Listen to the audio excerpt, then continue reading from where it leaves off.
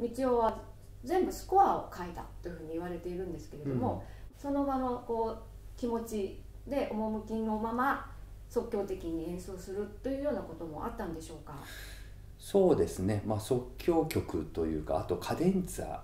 コンチェルトなんかね、協奏曲って言って、何曲か今残っているオーケストラとのコンチェルトは4曲ありますけども、それなんかの中にはですね、カデンツァといって、そのソリストが自由に弾く部分があるんですけど、楽譜も残ってるんですけども、演奏を聴くとだいぶ違ってたりするので、ここは本当にカデンツァとして毎回変えて弾いてたんじゃないかななんていうふうに思いますし、お弟子さんの証言なんかを伺ったところで、毎回先生ところ違うんだよなんていうふうなことをおっしゃってたところを見ると、やっぱり即興的に弾かれてたことも多いんじゃないかなというふうにも思いますね。だから曲として、ちゃんと作っているところと、その自由にその即興的に弾いてる部分っていうのも、両方お持ちだったんじゃないかなというふうに思います。ロンドンの夜の雨という作品も、その即興的に思いつかれて、で、その後、譜面定着したというふうに、そういうふうに書かれているんですけれども、はい、そうですね。あれはイギリスに行った時、宮城道夫唯一の海外旅行だったそうなんですけども、スペインとかですね、フランスとかで、公演をした後にイギリスにちょっと立ち寄った。でその時に一晩中、ホテルの、部屋からですね、一晩中降っているその、雨の音を聞いていて、作曲したというふうに言われていて、もうなんか銀の雫っていう表現がね、されてるんですけど、その銀という表現が出てくるっていうのはやっぱり見えてたからこそだなっていうふうに思ったり、なんかその雫が垂れている音であったりとか、それがまさに本当にキラッと光ってるような、そういう描写をしてるところがやっぱりすごいなっていうふうに思いますね。でそれを、すぐさま、そのイギリスの BBC で放送されて、また日本に帰ってからもそれを、演奏されたというふうにされてますね。そしてロンドンの夜の雨と、もう一曲ね、衛兵の交代っていうバッキンガム宮殿で、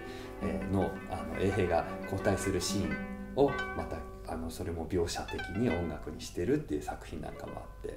本当にその即興的に作られたもの、そしてまた耳で聞かれたその風景をですね、音にしていくっていう作業、もしかしたら同じような感じなのかなっていう気もしますよね。もうその場でどんどん生まれていった音楽をですね、書き留めているのか、それとも自分の中でどんどんそのままもう出てくるのかっていう、その場でもうそして音楽にしていく違いじゃないかなっていうふうな気はします。いずれにしてももう即興的にどんどん音楽が生まれてきた、そんな気がしますね。今これバックで流れてるのがロンドンの夜の雨ですね。はい、そうですね。すごい演奏だよね。なんか情景が思い浮かぶような、そうですね。雨の表現、水の表現っていうのがね、宮城道夫すごく多いんですよ。で、これなんかも本当に雨がさーっと降ってる。で、豪雨じゃないらしいですね。本当にさーっと降ってる雨のさらっとした感じ。割と現在ね、すごく激しく弾かれる方もいるんですけども、宮城道夫のもともとのイメージはその本当にさらっとしたその霧のような雨、そしてそのなんていうか遠いからね、滴るその雫の音であったり、それをまた想像して作られた作品じゃないかなっていうふうに思いますね。もちろんね、宮城さんはあれですよね、作曲者としても素晴らしいんですけど、演奏家としてもこれものすごいテクニックの超絶技巧な曲なわけですよね。そうですね、先ほどねお話した春の海なんかもそうですけども、今までにないテクニックをどんどん開発して、今までにないそのテクニックで演奏していった。もちろんこの古典の演奏も素晴らしかったそうですけども、オケとね共演したりとか、そのオケの映像なんかも残ってますけども、本当に自由奔放になんか惹かれているあの姿を、見た時に本当になんかこの楽器が体と一体になって演奏してるっていう風な感じを僕は受けました。普通古典の曲というと自分を表現したりとか、自分を出してはいけないと言われますけども、宮城さんの場合はやっぱりこう自分を何か表現したいっていうそのなんかパッションみたいなものがこう伝わってくるんですけれども、はい、そうですね、もちろん古典も最初はそうだったんだと思うんですけども、個性を出しちゃいけないっていうのは、個性はなんかにじみ出てくるものだから、そんなできもしないうちにそんな個性なんか出すもんじゃないっていう戒めだと僕は思っているんですね。だんだんとそれが自分の体からも自然ともうそうしたくなるものだったら、もうそれはねある程度なったらいい作品として自分で演奏する分にはいいんじゃないかなというふうに僕は思うんですよね。で古典はやっぱりその磨かれてきたその人たちがやっぱり感情というものを、もうすでに作ってるものだ、音で作っているからこそそれを伝えていったんじゃないかなというふうに思うんですよね。だから宮城道夫自身もその習った通りにきっちりやるっていうことはすごくまず習ってる時はバカになれって言って、先生にやったことをもう本当に素直に受け取りなさいっていうことを随筆で書いてますけども、それがまず最初にないといけないんじゃないかなっていう、その上でのなんか個性なんじゃないかなって気はしますね。今随筆っていうお言葉が出ましたけど、はい、宮城道はたくさん随筆も残されてますよね。はい、著作がねとっても多いんですよ。で、雑誌なんかにも結構ね書いてたりするんですよね。だから今日本の古本のサイトなんか見て宮城道夫で検索すると結構雑誌の名前が出てきたりするんですよね。で、そういったところにもエッセイとして書かれてたりしてますし、随筆としての本なんかも結構出されてるんですよね。そういったことで、演奏だけじゃなくてそういう書くこと執筆することもすごく、されていたと思いますし、またお話も上手だったみたいですね。ユーモアを込めていろいろなお話をして、特に軍人の慰問なんかっていうことが当時、戦争の頃なんかはあって、例えば足を負傷されたとか、体に不自由を負った人に対してやっぱり自分も目が見えなくなったけど、こうやってこういう形で頑張って生きているっていうことをなんか面白おかしくやっぱりお話しして皆さんを勇気づけていったなんて話も聞いたりもしましたので、やっぱりそういう自分の経験をこうやって言葉にする能力っていうのもあるんだなっていうふうに、それもすごい活動だと思ってますね。私はほとんど出口を出られんくらい混雑しました。ちょうど家内と手を引いとったんですが、ステッキが家内の手の方へ残って、で私は外へ出てしまう。もう時間がないから行ってくれんと飛行機が言うんでね、これは通る杖をまた持っていかれないかと思ったんです。家内の後から杖を持ってくるって言ったら沢市のようなことになるしそして私の肩を抱くようにして、またその例のキッスをやしばらく紅がやっぱついとったすっごい受けてますよね。なんか大爆笑羨ましいそうだからなんか喋りもこんだけね、人を引きつけるっていうのもまたこのカリスマ的な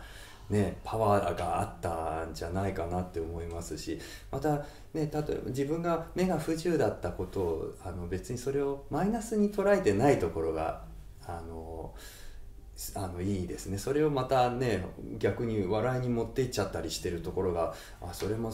それでなんかすごいところだなっていうふうにも思いますし、本当に先ほどからずっとお話をさせていただいて、当時の本当に大スターだったんだなっていうのが、そしてモテてたんですよね、きっとね。このよく残っている演奏姿とか、あと横顔とかすごい端正な顔で残ってますけど、多分モテたんじゃないですかね。もうね、すごくいや私の知り合いで関西の方なんですけど、えもう亡くなる寸前の大阪行かれた時に、え会場出待ちの人がいたって言って、うん見たっていう人から聞いたことあります。それこそ映像が少しね残ってたりするのがあって、真っ白なスーツを着て蝶ネクタイをしている、宮城道夫がね歩いて、もう周りに人だかりみたいな、そんな映像もあったりして、やっぱりそんなところも見て、やっぱり当時の大スターだったんだなっていうふうに改めて思いますね。ラジオとかテレビにもたくさん出演されてたっていうことなんですよね。そうですね、映像にも残ってますし、特に映画音楽までねされてましたから、舞台音楽、当時あったほとんどのそういうメディアのものっていうのは関わってたんじゃないかなっていうふうに思います。ということは、ことをやってる箏曲界の人だけではなくて、それ以外の普通の人もみんな宮城道を知ってたっていう状況だったんですかね。そうですね、ラジオ番組のテーマ曲であったりとか、そういうテーマ曲、そして校歌、そういったものまで歌舞伎の音楽であったりとか、英語音楽までやっていたってことは、やっぱり一般の人たちにも聞かれていた、で見られていた、そういう、いわば文化人であったんじゃないかなというふうに思いますね。そういう方がいきなり昭和31年でしたっけ、亡くなった時っていうのはものすごいセンセーショナルだったんでしょうかね。そうですね、またその列車から落ちて亡くなるっていうね、衝撃的なそれももう翌日の新聞に載ったそうですけども、そういったどうして列車から落ちたっていうことはいまだに分かんないんですけども、そういうことも含めて、その宮城道夫っていう人はもう注目されていた人だったんだなというふうに思いますね。ありがとうございました。いろいろお話を伺いましたが、道山さんにとって宮城道夫という人、その名人ぶりというのは、ちょっとまとめてどこがすごいのかっていうところ、惹かれているところ、教えていただけますか？そうですね、僕は本当に宮城道夫がやってきたそのパイオニア精神ですね、果敢に何でもチャレンジしてきたこと、それも目が、不自由だった、そういうハンデを乗り越えてやっている、そして不遇なこともいっぱいあった中で、どんどん、この琴という楽器を通して自分をどんどん表現していった人だったと思いますので、僕自身もこの尺八という楽器を通して、いろいろなことをやっていきたい、その原動力になっているのがやっぱりこの宮城道夫という人なんですね。僕この人がいなければ私はこういうふうに生まれてこなかったんじゃないかというふうに思っております。ありがとうございました。